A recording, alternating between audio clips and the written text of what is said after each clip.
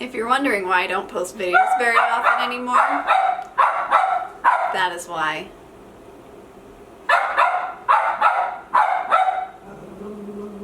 My neighbors love me.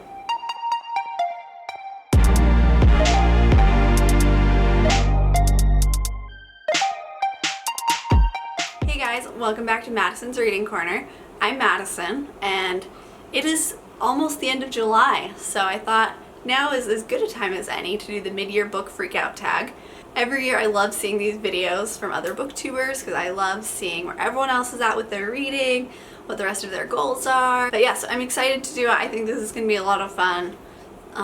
So without any further ado, let's get into it. So to start off, I thought it'd be good to kind of just see where I'm at so far with like my Goodreads reading goal for the year. My goal is to read 50 books. So right now I've read 28 of my 50 books, which I think is pretty good. When I'm on the desktop version of Goodreads, it says that I'm like one book ahead of schedule, so. Okay, so Winston is kind of being a butthead right now, so I'm holding him right now. So if you see a weird dog popping up or hear some odd panting sounds, that's what's going on. So the first question is, what is your favorite book so far? And that is kind of a tough one because like I would kind of classify some of like my favorites as like favorite series and stuff, which is hard because I've read a few good ones so far this year.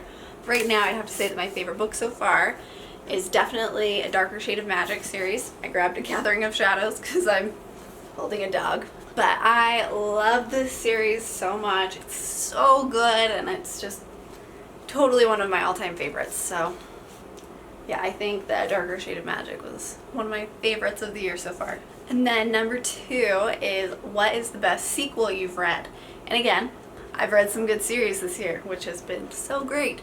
I have more series I want to read. But I'd have to say that the best sequel has probably been A Court of Mist and Fury by Sarah J. Maas. I was just blown away by this book. The first book of A Court of Thorns and Roses was really good, but I thought it was, kind of predictable and like had a lot of cliches and like your traditional like YA tropes. And of course, A Court of Mist and Fury has that as well. But it like had so many twists and turns and like exciting plot changes that I just loved it so much. It was such a great read for me and had me on the edge of my seat. It was so good. It was really well done for like a second book in a series. I loved it. Third question is, what is a new release that you want to read but just haven't gotten to yet? This is kind of a complicated-ish answer, but I recently purchased the box set of Throne of Glass, and I want to get to Kingdom of Ash by the end of the year. So, and I know that came out this year, so that's one I want to read. Or did it come out last year? I think it was this year.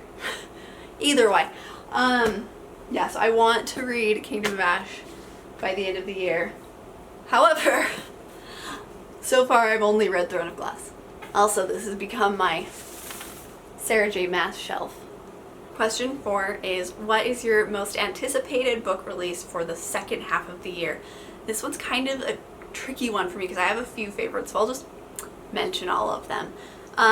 So first and foremost, I'm super excited for the illustrated editions of Harry Potter to come out again. So Harry Potter and the Goblet of Fire, the illustrated edition, should be coming out in October.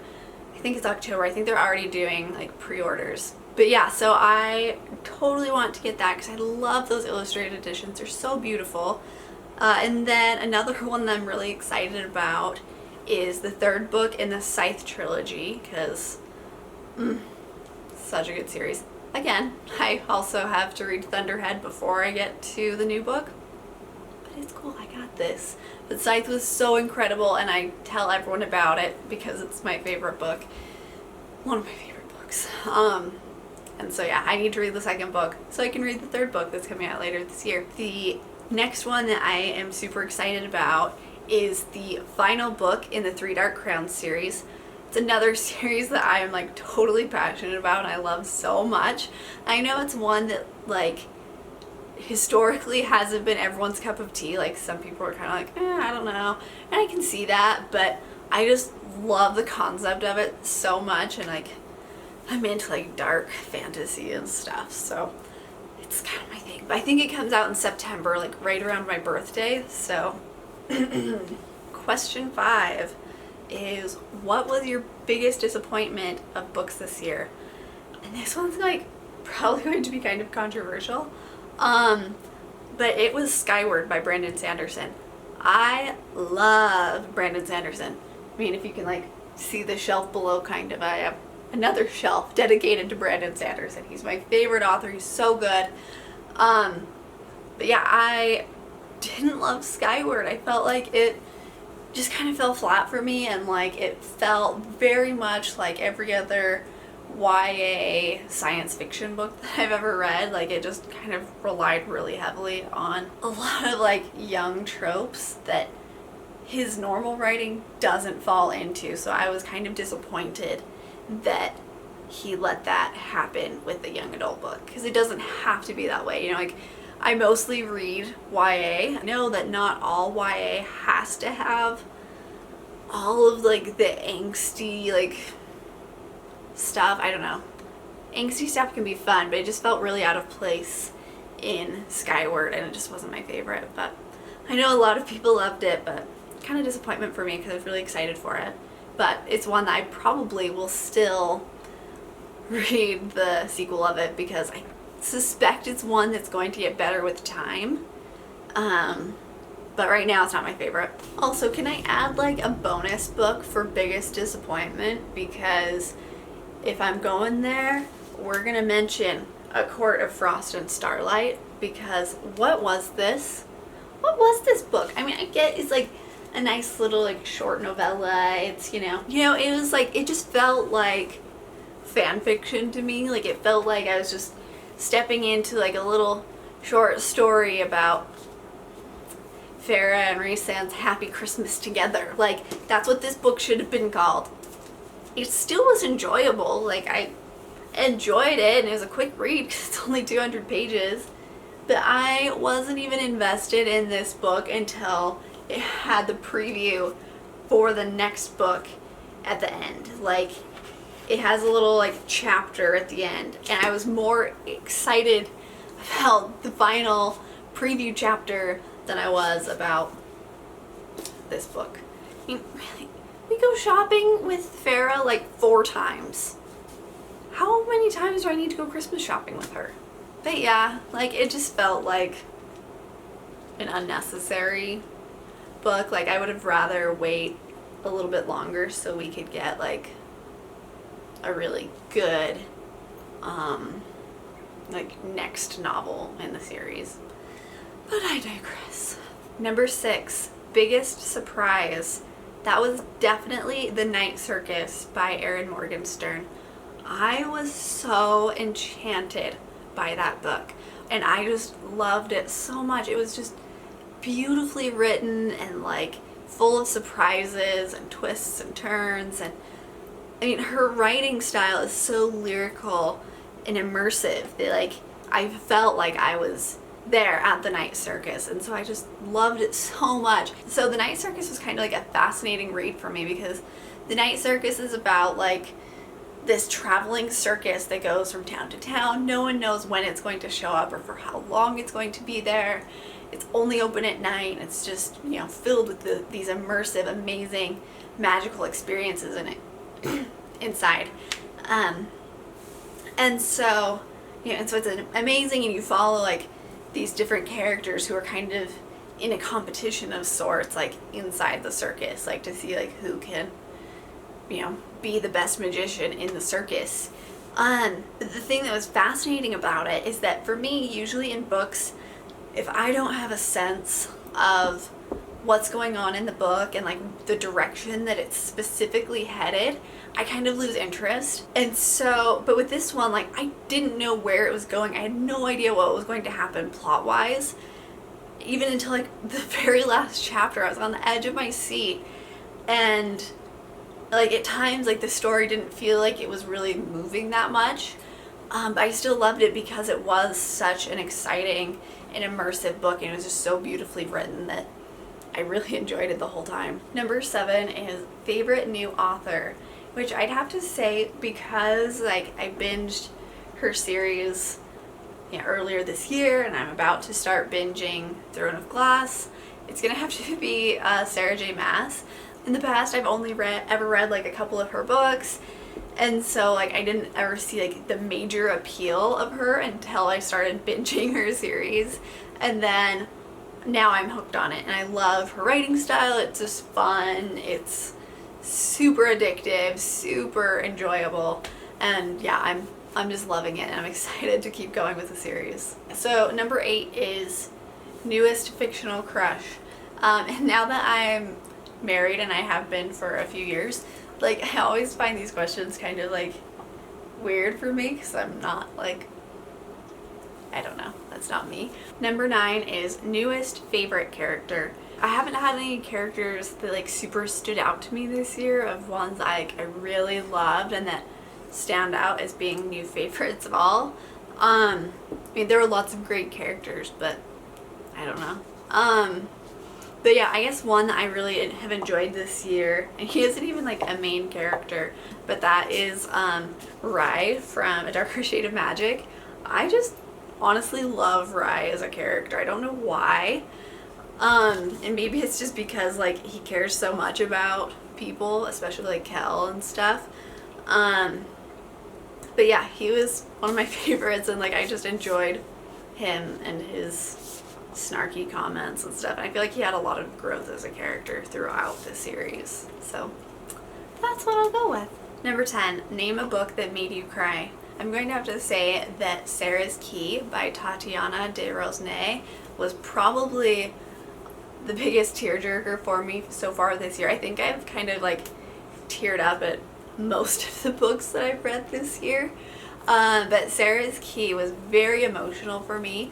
It's a World War II historical fiction novel that takes place in France, and it follows the events that happened when like the French police rounded up all of the Jewish citizens who lived in France at the time, and like put them into a concentration camp and kind of just left them there. And so you're following like this little girl who was in the situation at the time, and you're also following this journalist who is like in modern day like kind of learning about the stuff, and like you're kind of putting the pieces together.